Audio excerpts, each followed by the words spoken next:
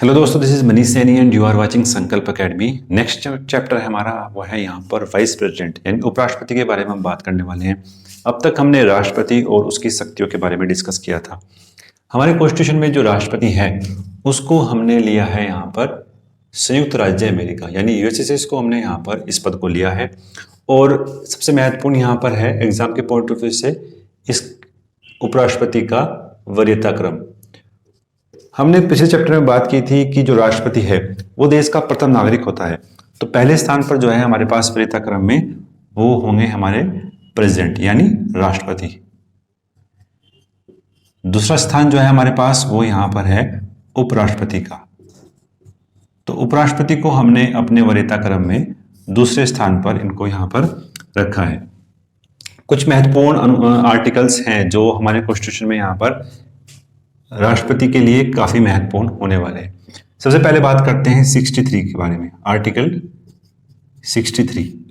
63 बात करता है यहाँ पर उपराष्ट्रपति के पद के बारे में, यानी भारत का एक उपराष्ट्रपति यहाँ पर होगा, ऐसा यहाँ पर लिखा गया है। नेक्स्ट है हमारे पास यहाँ पर 64। तो 64 जो आर्टिकल है वो बताता है कि राज्यसभा का यह उपसभापति यानी जो राष्ट्रपति होगा वो राज्यसभा का यहां पर सभापति होगा। और जो नेक्स्ट आर्टिकल है हमारे पास यहां पर 70 यानी 70 आर्टिकल बताता है कि जो उपराष्ट्रपति है वो राष्ट्रपति के कर्तव्यों के बारे में,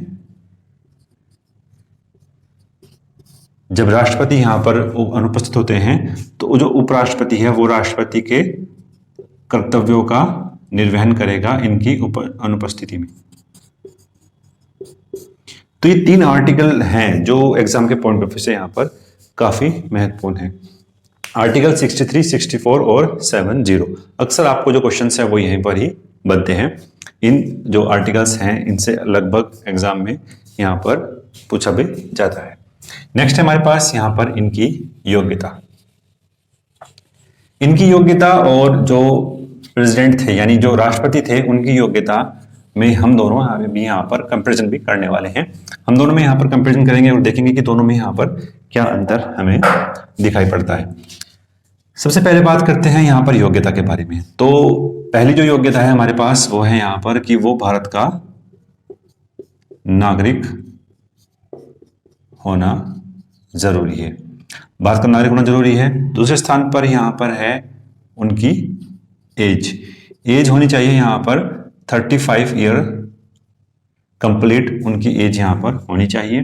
तीसरी जो हमारे पास योग्यता है वो है यहाँ पर राज्य सभा का सदस्य बनने की योग्यता। और चौथा है हमारे पास यहाँ पर लाभ के पद पर ना हो, यानी कोई सरकारी नौकरी पर ना हो, ऐसा कोई काम ना कर रहे हो जिसके एवज में उनको यहाँ पर एक वेतन के तौर पर मिल रहा हो। अब हमने, आपको याद होगा लास्ट क्लास में हमने बात की थी कि राष्ट्रपति की क्या क्या यहाँ पर योग्यता है। अक्सर एग्जाम में जो प्रश्न है वो कुछ इस तरीके से बनता है, दोनों में ही यहाँ पर कंपैरिजन करने के लिए ऑप्शन में देते हैं, तो वहां पर हमें कंफ्यूज नहीं होना है। अब हम बात करते हैं यहाँ पर प्रेसिडेंट की। ये तो होगी हमारी वाइस प्रेसिडेंट की योग्यता और यहां पर है हमारी प्रेसिडेंट की योग्यता। तो पहला जो है भारत का नागरिक होना चाहिए, बिल्कुल सही है। दूसरा है एज उसकी 35 होनी चाहिए, तो ये भी यहाँ पर बिल्कुल सही है। और तीसरा है हमारे पास राज्यसभा का सदस्य बनने की योग्यता वाइस प्रेसिडेंट में। लेकिन जो हमने प्रेसिडेंट में यहाँ पर देखा था वो था यहाँ पर लोकसभा के सदस्य बनने की योग्यता। और चौथा जो है हमारे पास वो यहाँ पर लाभ का पद है। तो ये मेन हमको जो अंतर दिखाई पड़ता है प्रेसिडेंट और वाइस प्रेसिडेंट की योग्यता के बारे में। फिर हम बात करते हैं यहाँ पर निर्वाचन किस तरीके से होना चाहिए। हमने बात की थी कि जो प्रेसिडेंट है उनका निर्वाचन कैसे होता है। तो उनका जो निर्वाचन है वो होता है यहाँ पर गुप्त मतदान,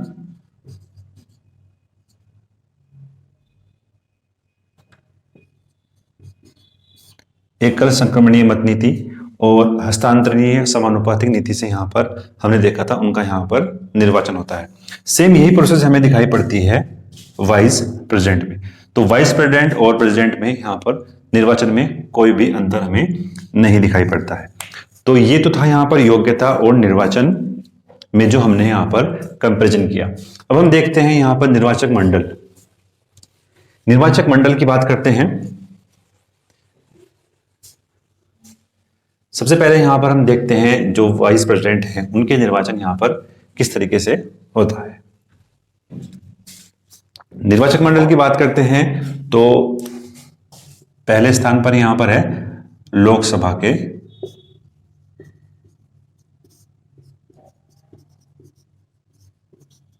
सदस्य और दूसरा है यहां पर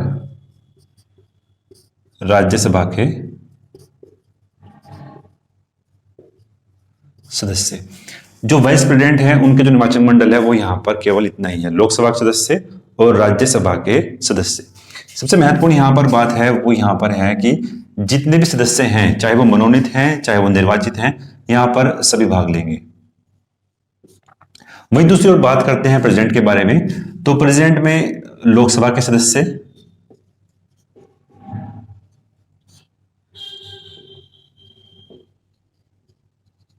दूसरा था हमारे पास यहां पर राज्यसभा के सदस्य,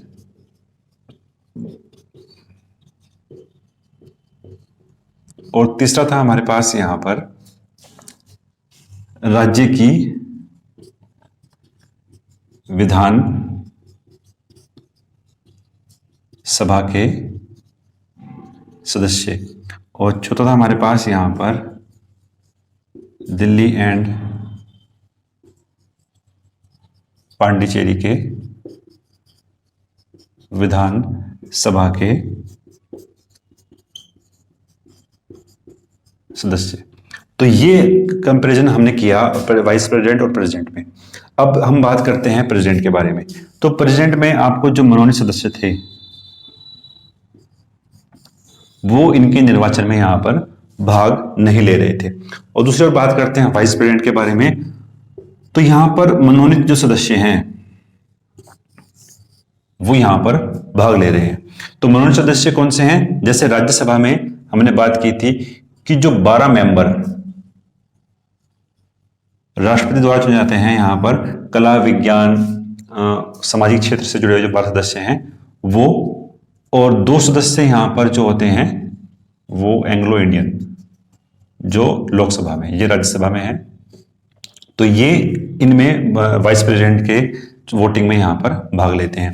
ऐसे सदस्य हैं ये सदस्य जो प्रेसिडेंट का चुनाव होता है वो यहां पर भाग नहीं लेते हैं। आई होप आपको ये क्लियर हुआ होगा। आपको कोई डाउट है तो आप उसे कमेंट बॉक्स में डाल सकते हैं, उसको हम यहाँ पर देख लेंगे। अगर आप इस चैनल पर नए हैं तो प्लीज आप सब्सक्राइब भी कर सकते हैं हमारे चैनल को, और अपने दोस्तों के साथ शेयर कर सकते हैं ऐसी ही इंफॉर्मेटिव वीडियो को जानने के लिए। तो अब तक हमने यहाँ पर बात की कि प्रमुख अनुच्छेद, योग्यता, निर्वाचक मंडल और निर्वाचन के बारे में अब तक हमने यहाँ पर बात की थी। नेक्स्ट जो टॉपिक है हमारे पास वो है यहाँ पर शपथ। तो सबसे अच्छा तरीका यहाँ पर यही है, एग्जाम में जो प्रश्न पूछे जाते हैं वो यहाँ पर ऐसे ही कंफ्यूज करने के लिए आपको प्रश्न अक्सर मिलते हैं। तो हमारा यही मकसद है कि आप जो है कंफ्यूज ना हो, अपने जो क्वेश्चंस हैं उनको सही तरीके से यहाँ पर हैंडल कर सकते हैं। नेक्स्ट बात करते हैं हम यहाँ पर ओथ यानी शपथ के बारे में। जो उपराष्ट्रपति हैं वो शपथ लेते हैं यहाँ पर संविधान की रक्षा के बारे में, संविधान की रक्षा के बारे में शपथ लेते हैं, और इनको शपथ दिलाता है यहाँ पर राष्ट्रपति या राष्ट्रपति के द्वारा कोई नियुक्त व्यक्ति। तो यहाँ पर जो शपथ लिया जाता है वो संविधान की रक्षा की शपथ लेते हैं राष्ट्रपति या राष्ट्रपति द्वारा कोई नियुक्त यहाँ पर व्यक्ति, उनको यहाँ पर शपथ दिलाता है। फिर है हमारे पास यहाँ पर त्याग पत्र। जो वाइस प्रेसिडेंट हैं यानी जो उपराष्ट्रपति हैं वो अपना जो त्याग पत्र हैं वो किसको देते हैं? तो वो देंगे यहाँ पर राष्ट्रपति को, और जो राष्ट्रपति हैं वो अपना त्याग पत्र किसको देंगे? उपराष्ट्रपति को। तो यहां पर जो वाइस वर्सा है यहाँ पर ये आपको दिखाई देता है कि उपराष्ट्रपति जो त्याग पत्र देंगे वो देंगे यहाँ पर राष्ट्रपति को, जो राष्ट्रपति हैं वो अपना त्याग पत्र देंगे यहाँ पर उपराष्ट्रपति को। तो ये मेन यहाँ पर दिखाई पड़ता है हमें यहाँ पर त्याग पत्र के बारे में। फिर हम बात करते हैं यहाँ पर हटाने की विधि। तो जो हटाने की विधि है, हमने देखा था कि जो राष्ट्रपति हैं उनको हटाया जाता है यहाँ पर महाभियोग के द्वारा। तो ऐसा कोई महाभियोग यहाँ पर राष्ट्रपति के बारे में हमारे संविधान में उल्लेख नहीं किया गया है। तो कोई भी महाभियोग की यहाँ पर प्रक्रिया नहीं है। हटाने की जो विधि है उसका जो प्रस्ताव है वो सबसे पहले लाया जाता है यहाँ पर राज्यसभा में। तो राज्यसभा में यह प्रस्ताव लाया जाता है और उसके बाद ये प्रस्ताव है वो पहुंचता है यहाँ पर लोकसभा में। लोकसभा में जब प्रस्ताव पहुंचता है उसके बाद ही यहाँ पर हम उपराष्ट्रपति को उनके पद से मुक्त करते हैं। इसके बीच यहाँ पर क्या है, इस प्रस्ताव को लाने से पूर्व आपको 14 दिन की पूर्व सूचना देनी पड़ती है यहाँ पर उपराष्ट्रपति को, और उसके बाद ही आप इन पर यहाँ पर कोई भी मुकदमा या कोई भी जो पैरवी है वो यहाँ पर चलाई जा सकती है। और दूसरी ओर बात करते हैं राष्ट्रपति के बारे में। तो राष्ट्रपति के बारे में जो महाभियोग की प्रक्रिया है वो आर्टिकल 61 में यहाँ पर बताई गई है। और सबसे पहले जो यहाँ पर महाभियोग की जो प्रक्रिया की शुरुआत की जाती है वो लोकसभा या राज्यसभा में स्टार्ट की जाती है, और उसके बाद ही वो अगले जो नेक्स्ट सदन है वो यहाँ पर पहुंचती है, और उसके बाद फिर जांचकर्ता समूह बैठता है, और उसके बाद ही यहाँ पर हम उपराष्ट्रपति को हटा पाते हैं। लेकिन उपराष्ट्रपति की बात करते हैं तो यहाँ पर सबसे पहले ये पहुंचता है यहाँ पर राज्यसभा में। राज्यसभा में ही यहाँ पर हटाने की विधि की शुरुआत यहाँ पर की जाती है। एग्जाम के पॉइंट ऑफ व्यू से काफी महत्वपूर्ण है। कई बार ये यहाँ पर पूछा भी गया है कि जो राष्ट्रपति है उसको पद से हटाने की शुरुआत संसद के किस सदन से यहाँ पर की जाती है, तो वो की जाती है यहाँ पर राज्यसभा से। और राष्ट्रपति की बात करते हैं तो दोनों में से किसी सदन में यहाँ पर शुरुआत की जा सकती है राष्ट्रपति को हटाने के लिए। तो ये मेन जो यहाँ पर अंतर हमें दिखाई पड़ता है राज्य उपराष्ट्रपति और राष्ट्रपति को हटाने की विधि के बारे में। नेक्स्ट जो हमारे पास यहाँ पर टॉपिक है वो है यहाँ पर राष्ट्रपति की शक्तियां और उपराष्ट्रपति की शक्तियां और कार्य। हमने पूरा एक चैप्टर डिस्कस किया था यहाँ पर राष्ट्रपति की शक्तियों के बारे में, लेकिन ऐसी कोई मेन शक्ति यहाँ पर उपराष्ट्रपति के लिए निर्धारित नहीं की गई है। आर्टिकल 64 की बात करते हैं तो वहां पर साफ साफ लिखा गया है कि जो राष्ट्रपति हैं वो राज्यसभा के सभापति के रूप में कार्य करते हैं। तो दो तरीके की यहाँ पर उपराष्ट्रपति को शक्तियां दी गई हैं जो आर्टिकल 64 के थ्रू दी गई हैं यहाँ पर, कि वो राज्यसभा का सभापति करते हैं। राज्यसभा के सभापति के रूप में उनकी भूमिका है। इनका यहाँ पर जो मेन पर्पज है इस पद का वो यहाँ पर यही है कि जो राष्ट्रपति है वो राज्यसभा के सभापति के रूप में यहाँ पर कार्य करते हैं। दूसरी यहाँ पर जो शक्ति है वो यहाँ पर कंडीशन बेस है। जब यहाँ पर राष्ट्रपति अनुपस्थित होते हैं या किसी कारण से अपने पद का निर्वहन नहीं कर पाते हैं तो यहाँ पर जो उपराष्ट्रपति हैं वो राष्ट्रपति के रूप में भूमिका निभाते हैं। राष्ट्रपति के रूप में यहाँ पर भूमिका निभाते हैं। राष्ट्रपति के रूप में भूमिका निभाएंगे जब यहाँ पर राष्ट्रपति जो हैं अनुपस्थित होंगे। तो दो ही यहाँ पर मेन पर्पस हमें दिखाई पड़ता है इनकी शक्तियों के बारे में। अगर ये राष्ट्रपति के रूप में यहाँ पर भूमिका निभा रहे हैं तो ये मैक्सिमम 6 मंथ तक हो सकती हैं। 6 मंथ तक ही यहाँ पर राष्ट्रपति के रूप में भूमिका निभाते हैं।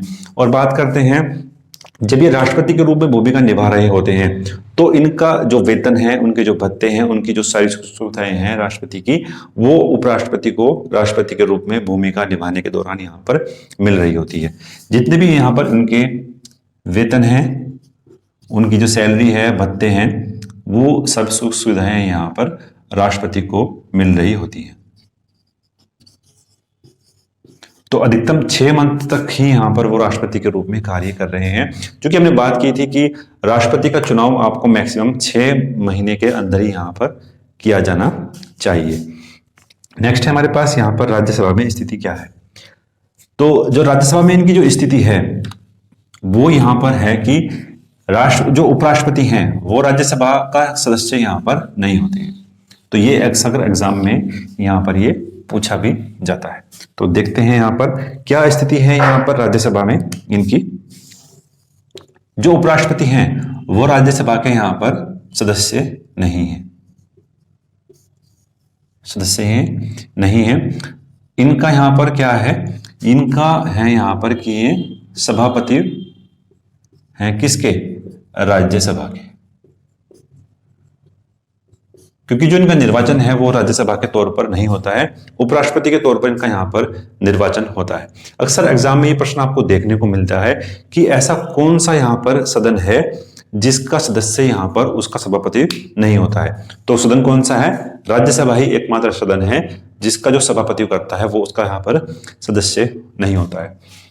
तीसरी बात है हमारे पास यहाँ पर इनका मत, ये अपने मत का प्रयोग यहाँ पर यानी अपने वोट का प्रयोग यहाँ पर किस तरीके से करते हैं। यदि कोई विधेयक है उस पर यहाँ पर 50-50% यहाँ पर बराबर वोटिंग की गई है, 50-50% बराबर वोटिंग की गई है। और अब यहाँ पर बात की गई है निर्णायक मत की।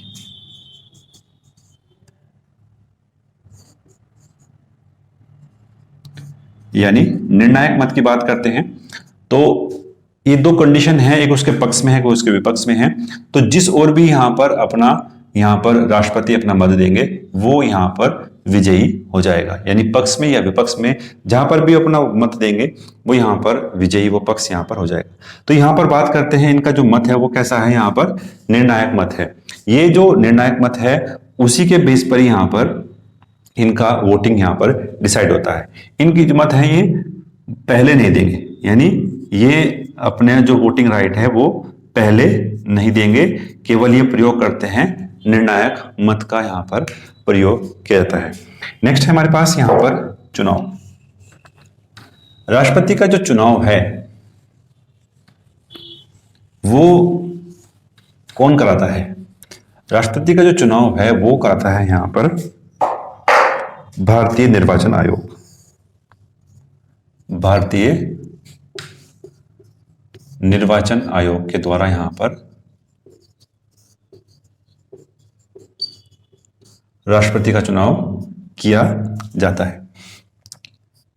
अगर अब कोई भी विवाद यहां पर होता है उपराष्ट्रपति के चुनाव में तो उसकी जो सुनवाई है वो कहां पर होगी, केवल सुप्रीम कोर्ट में होगी। यही स्थिति हमने देखी थी कहां पर, यही स्थिति हमने देखी थी आपके राष्ट्रपति के चुनाव में भी, यानी हाई कोर्ट और जो डिस्ट्रिक्ट कोर्ट हैं वहां पर इनकी सुनवाई नहीं होगी। इनकी सुनवाई कहां होगी, केवल सुप्रीम कोर्ट में ही इनकी सुनवाई यहां पर की जा सकती है।